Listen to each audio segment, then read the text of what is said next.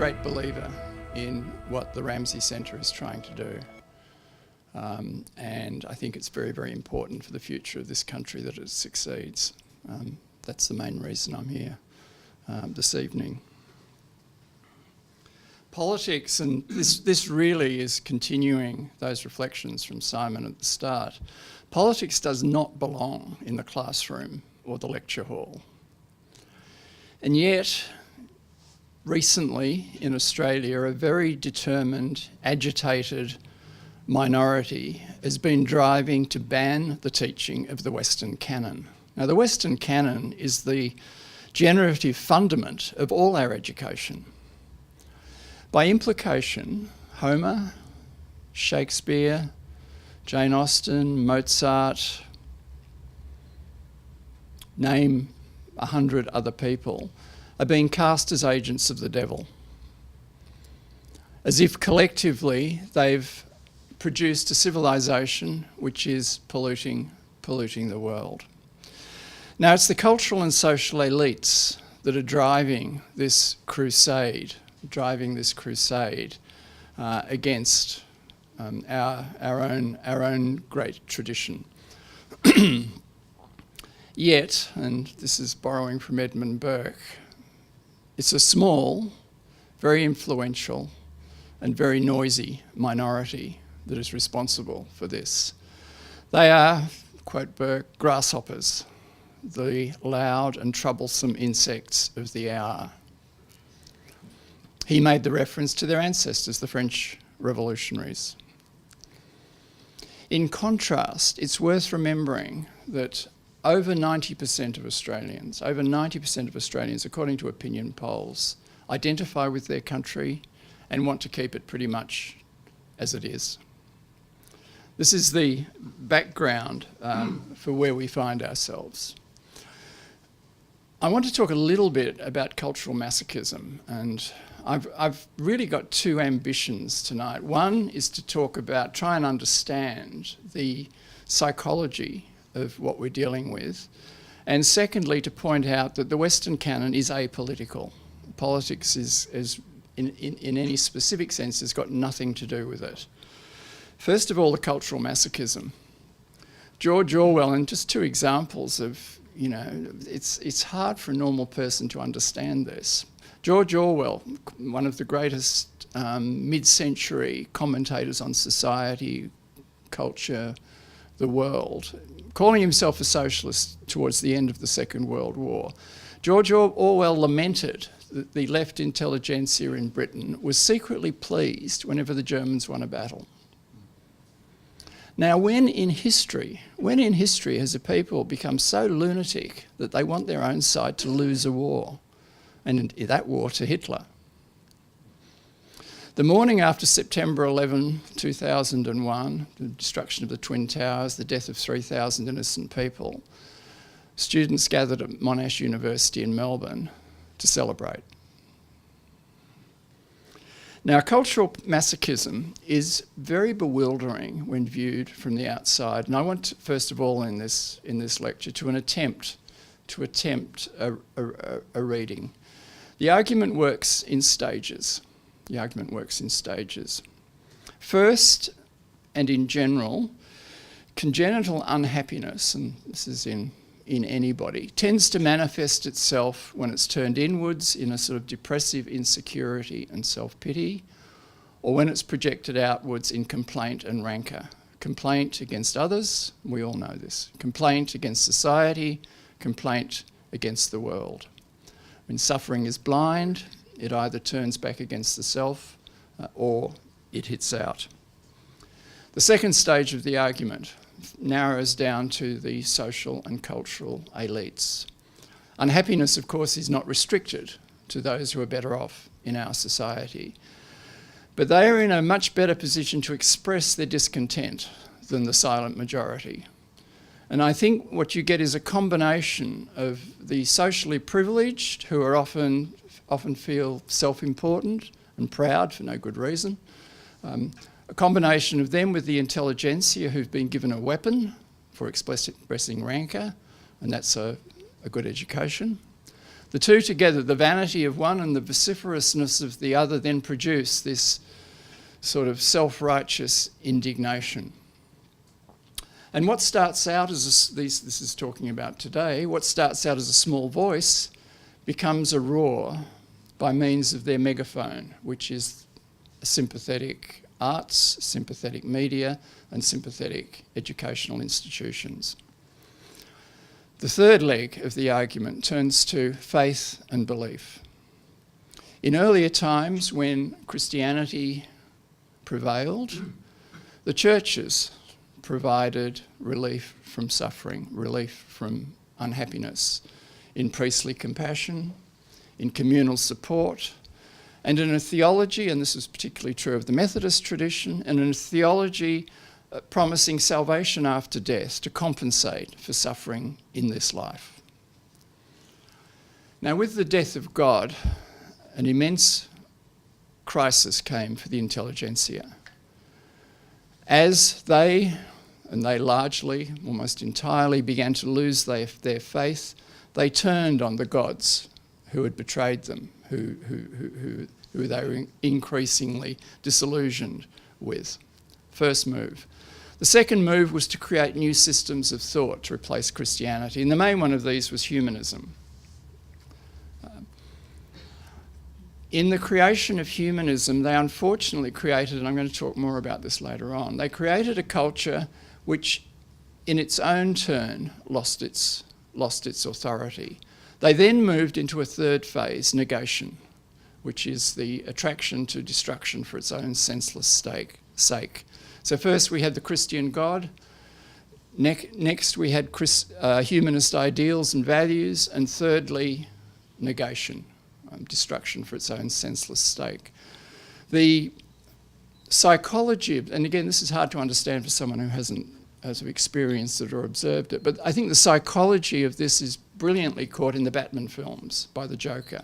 You're familiar with the Heath Ledger character, who takes sort of ecstatic, lip-smacking relish whenever buildings come tumbling down, or whenever hordes of people are annihilated.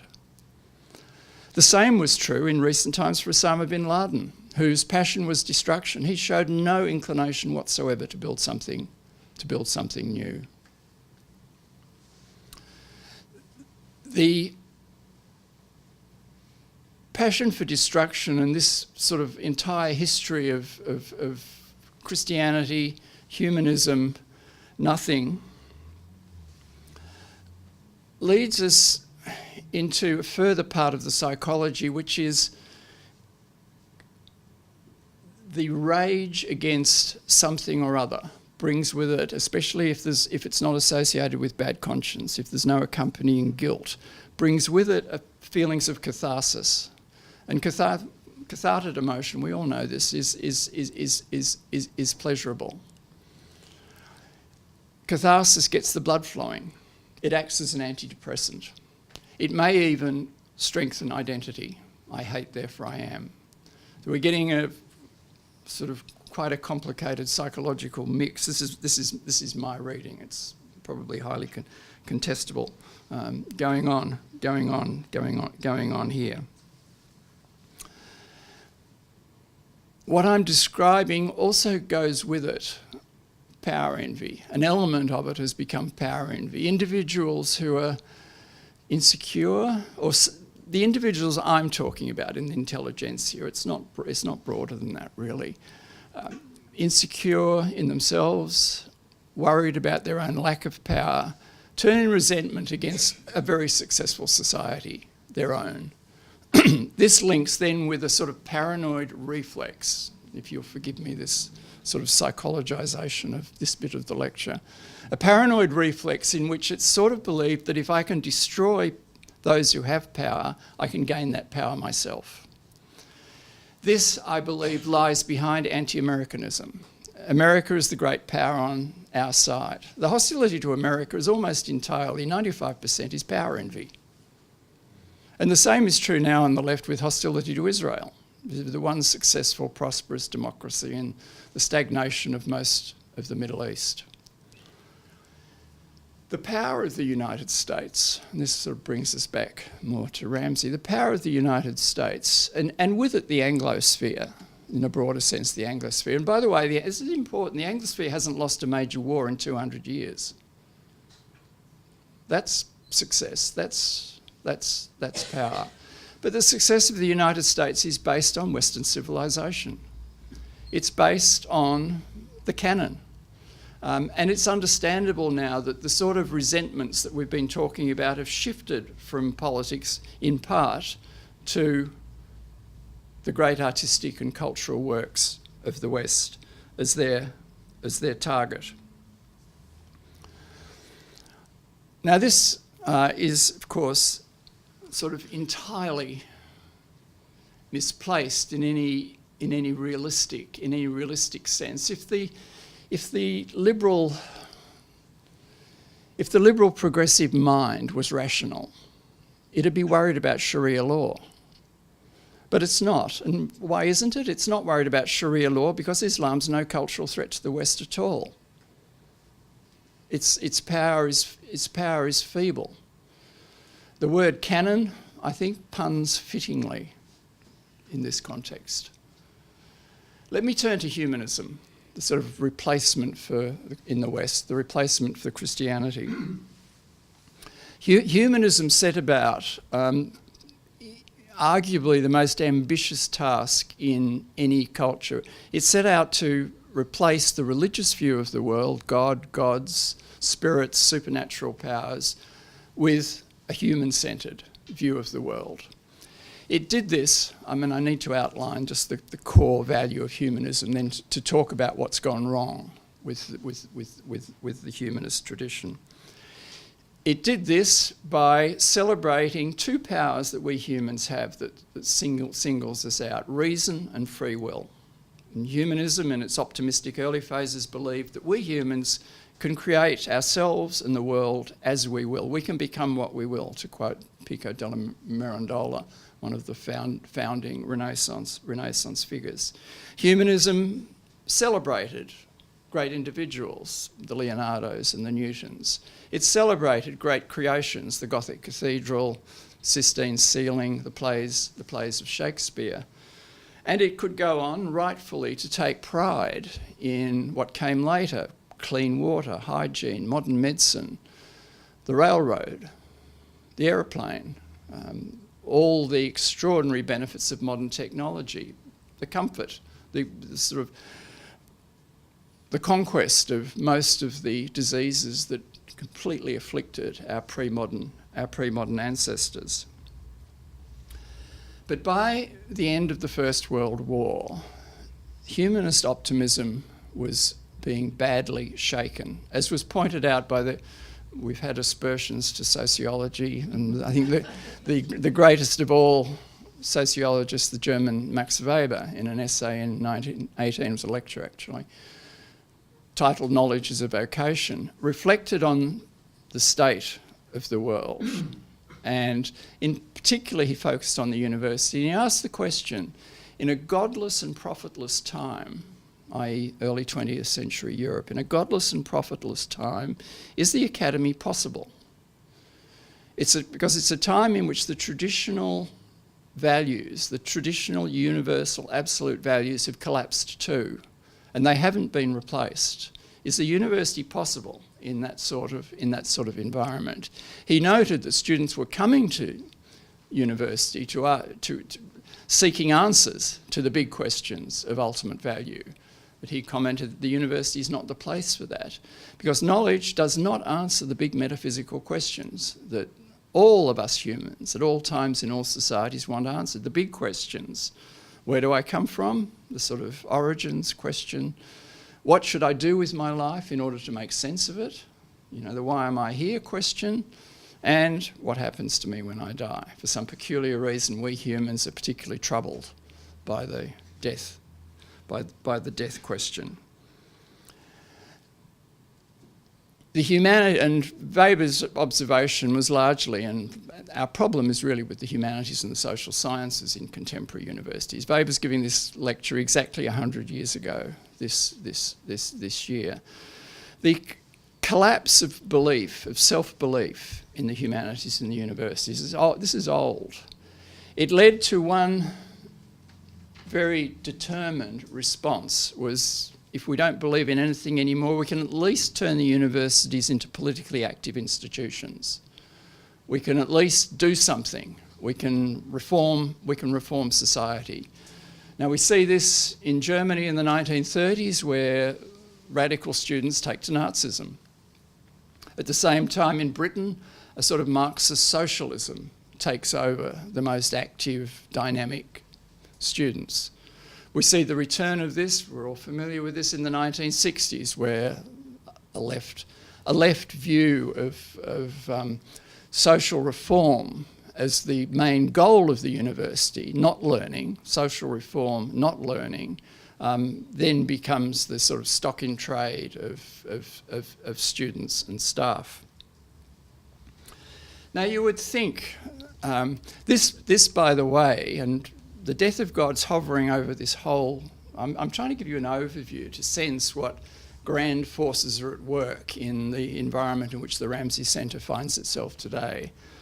The death of God meant that sort of religious energy then got displaced into politics. It was disastrous, absolutely disastrous. I mean, the main lesson of the 20th century is avoid redemptive politics, avoid charismatic politicians, because, yeah. Except in rare cases like, sorry John, I was thinking of Winston Churchill in 1940. That's a case where charisma in politics was absolutely necessary. The 20th century, we had communism on the one side and we had the sort of messianic nationalism of Nazism on the other side. It neither led to utopia, they led to basically 100 million people dead. But the universities don't have any reality principles, so they were blind to this particular lesson. This is an old lesson in the Western tradition. I mean, one of the great strengths of the Western tradition is the separation of religion from politics. It comes out of the teachings of Jesus. Leave to Caesar what is Caesar's. The same holds for politics and education and politics. The Western canon, the great artistic, philosophical, literary works of the West, are apolitical, in the sense that if you take them collectively, they don't point in any particular direction. Many of the works are not interested in politics at all, say the major novels of Henry James or our own Patrick White. When works are interested in politics, say Shakespeare's history plays, they're interested in setting up a discussion of what are the qualities of leadership, what makes for political virtue, what are the best ways to organise a society given the circumstances and challenges of the particular moment. Now, in this discussion, ideology has no place whatsoever. No place whatsoever. While I'm talking about Shakespeare, Simon, what's my time in terms of... I'm fine. I know I'm fine. I just wanted to... I know I'm fine. I just don't want to go on for... This is a subject from which one could talk for 4 days. I'm not going to do that, don't worry. I've got my one teaching tool with me, fob watch. While mentioning Shakespeare, there's a very serious case to be made that Shakespeare created our modern sense of self and identity. We only, in the modern world, we only know ourselves, care of Shakespeare, and of a lot of works that have derived from what he did. In his works, it was through extraordinary range of studies of character and motive, of strength and weakness, of humans tested in all sorts of range of situations of love, of friendship, of war, subject to the madness of jealousy, subject to enjoying the pleasures of buffoonery, and doing what all humans do, trying to take on the challenges of everyday life to make some sense of them. It It's inconceivable that any proper and thoroughly educated person today could not be as such without immersion in the works of Shakespeare. And as I said, he's apolitical in any narrow sense, although in terms of teachers on the nature of politics and how to run societies and political motive, there's no one better than Shakespeare. It's completely unprofessional of lecturers to, let me go more local, it's completely unprofessional of lecturers to intrude their own political views in the classroom. I mean, for instance, when I was giving a lecture, I'll use my own case here, on Marx's theory of capitalism, I would have been embarrassed if the students could decipher what my own personal views were of the writer of the Communist Manifesto. The great controversy surrounding the Ramsay Centre is entirely because what should be apolitical, non-political, has been heavily politicised. And this is a great pity.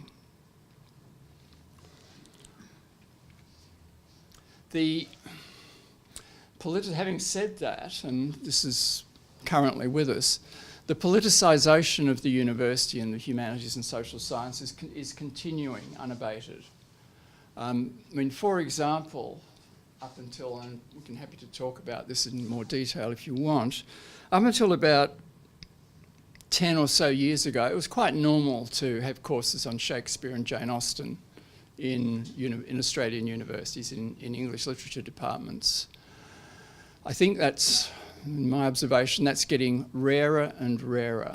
And they're getting replaced by the great popularities courses on creative writing. Well, it's an enormous cruelty to take an uneducated 19-year-old and tell them that they're capable of becoming a great novelist without introducing them to the very disciplined, thorough, painstaking study of the techniques of the best who have come before. But that's what's currently happening. I mean, even the young Leonardo did an apprenticeship in the studio of his master, Verrocchio. Left Green. No, let me stay with Jane Austen. I mean, if you to find a course on Jane Austen in a current Australian university, it's likely to be because of some politically loaded trivia, like her picture of colonialism, her critical picture of colonialism. Now, if you can politicise Jane Austen, for goodness sake, if you can politicise Jane Austen, then the tarring brush of political ideology can basically blacken into insignificance anything. I mean, dishwashers might be next. But that's, to some degree, it's more complicated than that. There are other reasons why English departments are in huge trouble in Australia today. But that's the essence of where we are. It's the case, widening my span a bit, that left-green political culture has spread care of teaching in schools and universities over a number of decades now. It's produced a sort of generalised picture of the world in which, and Simon was talking about this, capitalism is viewed as evil, Western societies as sort of, in some ways, something to be embarrassed about. Now, most of the people who hold these views don't do so with any great passion. It's only a very small minority, I think, in that broad left-green political culture. It's only in a very small number that there's rancour.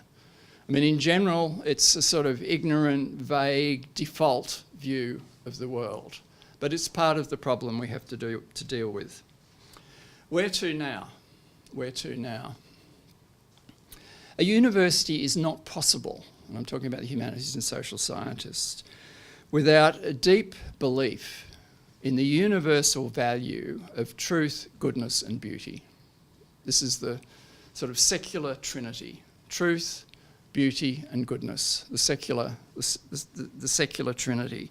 And that they have some transcendent value, whatever that might mean. I mean, the great works of the Western Canon explore exactly what that. It's not easy to find an answer, especially today in a sort of largely post-Christian society. It's not easy to find that answer, but it's the great works that help us in that central life task. We know now, after 100 years since Max Weber's lecture, the teachers who don't have the sort of conviction in the existence, universal existence of truth, beauty and goodness, that if they're not listless in their vocations, they tend to turn against their inherited culture. I mean, all that's left is to destroy. All that's left is to destroy or to shock. I mean, I know Sydney, the festivals in Sydney are always, in arts are always about the arts should shock. It's completely wrong. It's certainly completely wrong about any art that's serious. The high priest of modernism, Marcel Duchamp. I mean, he's a brilliant man. I hate Marcel Duchamp, but he's a brilliant man. He entered a urinal in an art exhibition in New York in 1917. Now, his intention was to shock, and it did shock. But he had much more serious ambition in entering that urinal in the art exhibition in New York. And that was to challenge. It's the Max Weber question. What values are left? What absolute values are left which would allow anyone to say that my porcelain urinal is less beautiful, less good, or less true than any of the works of the old masters? What universal values are left where you can claim that my porcelain urinal's ugly and useless, and all of that is true unless you're very peculiar. Now, Marcel Duchamp won. He won in the art galleries. We've had 100 years of urinals, less witty versions of the urinal in any exhibition of contemporary art. If you can bear to go to an exhibition of contemporary art, you'll know this. He won in the arts faculties, or what he represented won in the arts faculties, and he won in the mainstream of Western high culture. The mainstream of Western high culture over the last 100 years and more has largely reproduced the urinal, and again, in less witty forms. Now, this is one of the big challenges for our shared endeavour, that it's not just marginal, silly political stuff on the side, such as I've been talking about, but the mainstream of Western high culture has been taking the same attitude as Marcel Duchamp. Strong cultures, the best cultures are strong, and they depend on myth, not knowledge. Here was humanism's fateful mistake. It assumed that reason and knowledge could give birth to the sort of values that Max Weber lamented were absent in the modern disenchanted world. Strong cultures depend on myth. Myth in any culture, it's true for all cultures, comes from the archetypal stories of the culture. Our Australian Aborigines call them the dreaming stories. It's a brilliant theory of culture, by the way. Their stories are very different from Western stories. It's a brilliant theory of culture. Dreaming stories are the archetypal stories told in the beginning of the culture, long time ago. And in the case of the West, they come from Homer, they come basically from Greek tragedy, and they come from the Jesus narratives. And then they get retold and retold. They're retold in great works like Raphael's Transfiguration, painting of the Transfiguration. They're retold in great works like Bach's Masses or cantatas. They're retold in great works like Tolstoy's War and Peace. Now, the threat of knowledge, the big mistake of humanism, which was assuming that reason and knowledge can give birth to value, they can't. They can't. I mean, the discipline of history is a perfect example of always being under the threat. The discipline of history is always under the threat, when it becomes narrow, of just turning into boring and profane facts. I mean, we all know this all too well. That happens when it loses touch with the deeper communal attachments, family attachments, national attachments. I mean, the revitalisation of our own Anzac Day is a beautiful salutary counter about the reinvigoration of myth and how important the gentleman in the front row has played some role in that extraordinarily important change in this particular society. It's extraordinarily important change. My final point A university believing in truth, goodness, and beauty has as its duty to take on the human story as a kind of epic and retell it as a kind of epic, with gravity and with dignity, following along the strange pathways and including its fateful tragedies. It has the duty to take on the impact of this story on everyday humans as they try to make sense of their lives, especially in times of suffering. The great masters of our culture, by the way, assumed, if we're talking about the great figures of the Renaissance, they assumed their central duty was to help their fellow human beings understand their lives, and particularly to understand times of tragedy and to make sense of them, to understand the meaning of death. All humans want to believe in a higher truth to answer the big questions. All humans want to live in hope rather than fear. This is obvious. All humans want their lives to be larger than being trapped in a small microcosm of a brittle self, just urging for esteem and power. Now, our greatest resource in all of this, in retelling life as an epic story, is the great Western tradition, is immersion in the great works of art, of literature, of music, of philosophy. It's there that the great mythic tradition is kept alive. And that's exactly what students are craving for today. I know that by personal experience. Thank you.